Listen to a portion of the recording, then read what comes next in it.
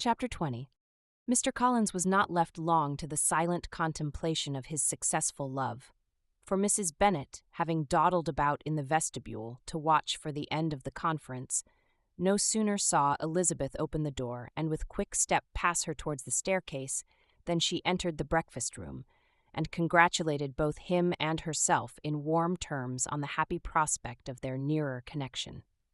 Mr. Collins received and returned these felicitations with equal pleasure, and then proceeded to relate the particulars of their interview, with the result of which he trusted he had every reason to be satisfied, since the refusal which his cousin had steadfastly given him would naturally flow from her bashful modesty and the genuine delicacy of her character. This information, however, startled Mrs. Bennet.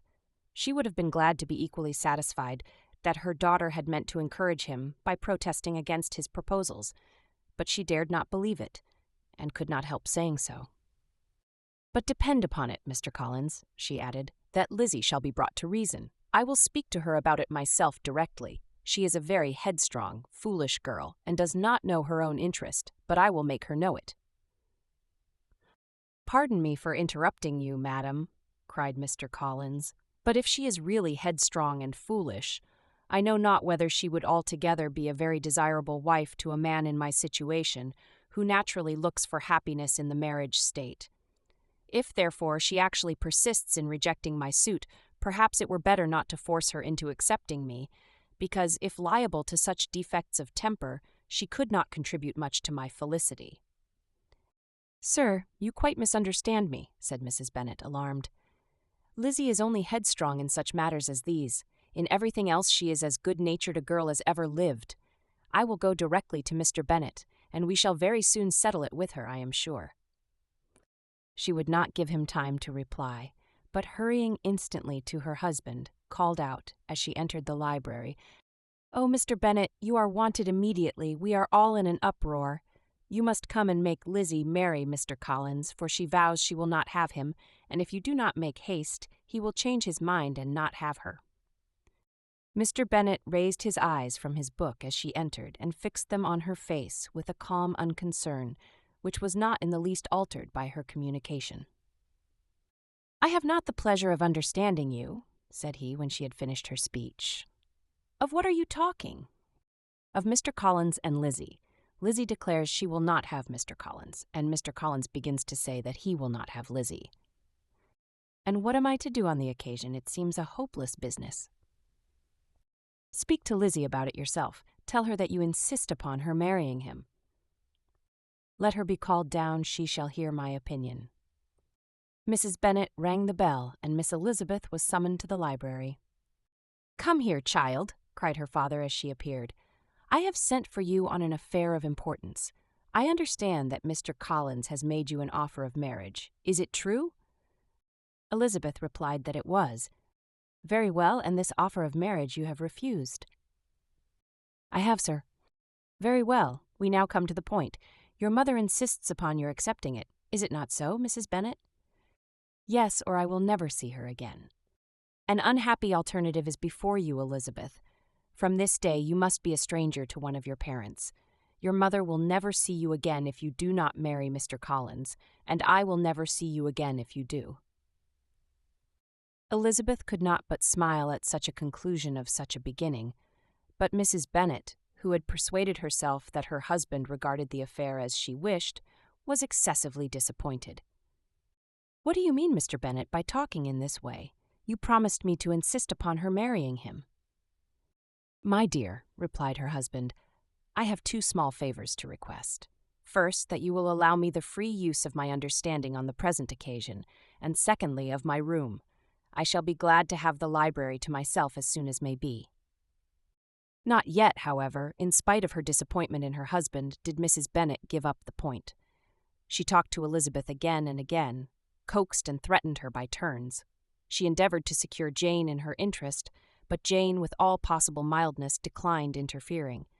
And Elizabeth, sometimes with real earnestness, and sometimes with playful gaiety, replied to her attacks. Though her manner varied, however, her determination never did. Mr. Collins, meanwhile, was meditating in solitude on what had passed. He thought too well of himself to comprehend on what motive his cousin could refuse him, and though his pride was hurt, he suffered in no other way. His regard for her was quite imaginary, and the possibility of her deserving her mother's reproach prevented his feeling any regret. While the family were in this confusion, Charlotte Lucas came to spend the day with them. She was met in the vestibule by Lydia, who, flying to her, cried in a half-whisper, "I am glad you are come, for there is such fun here. What do you think has happened this morning? Mr. Collins has made an offer to Lizzie, and she will not have him." Charlotte had hardly time to answer before they were joined by Kitty, who came to tell the same news.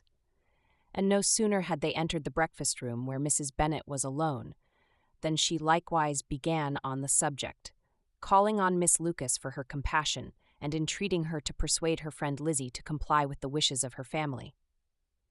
"Pray do, my dear Miss Lucas," she added, in a melancholy tone, "for nobody is on my side, nobody takes part with me.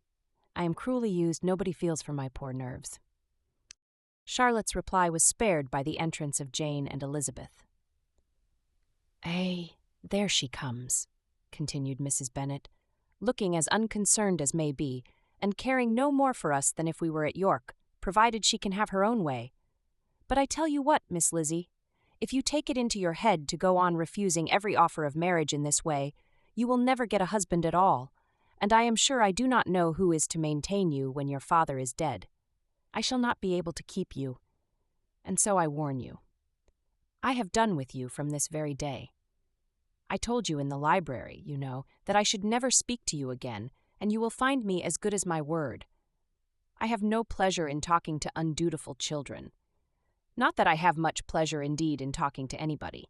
People who suffer as I do from nervous complaints can have no great inclination for talking. Nobody can tell what I suffer. But it is always so. Those who do not complain are never pitied."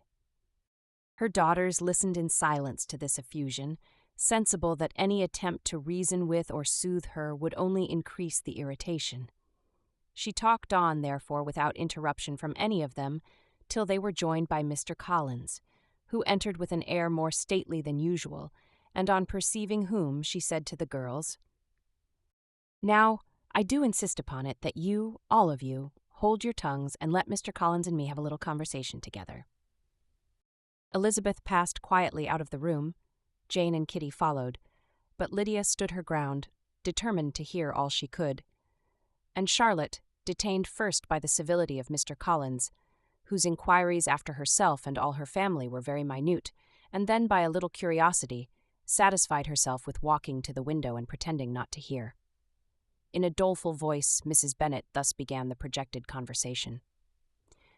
"Oh, Mr. Collins, my dear madam," replied he, "let us be forever silent on this point. Far be it from me," he presently continued, in a voice that marked his displeasure, "to resent the behavior of your daughter. Resignation to inevitable evils is the duty of us all, the peculiar duty of a young man who has been so fortunate as I have been in early preferment, and I trust I am resigned. Perhaps not the less so from feeling a doubt of my positive happiness had my fair cousin honored me with her hand, for I have often observed that resignation is never so perfect as when the blessing denied begins to lose somewhat of its value in our estimation. You will not, I hope, consider me as showing any disrespect to your family, my dear madam, by thus withdrawing my pretensions to your daughter's favor, without having paid yourself and Mr. Bennet the compliment of requesting you to interpose your authority in my behalf. My conduct may, I fear, be objectionable in having accepted my dismission from your daughter's lips instead of your own, but we are all liable to error. I have certainly meant well through the whole affair. My object has been to secure an amiable companion for myself, with due consideration for the advantage of all your family, and if my manner has been at all reprehensible, I here beg leave to apologize.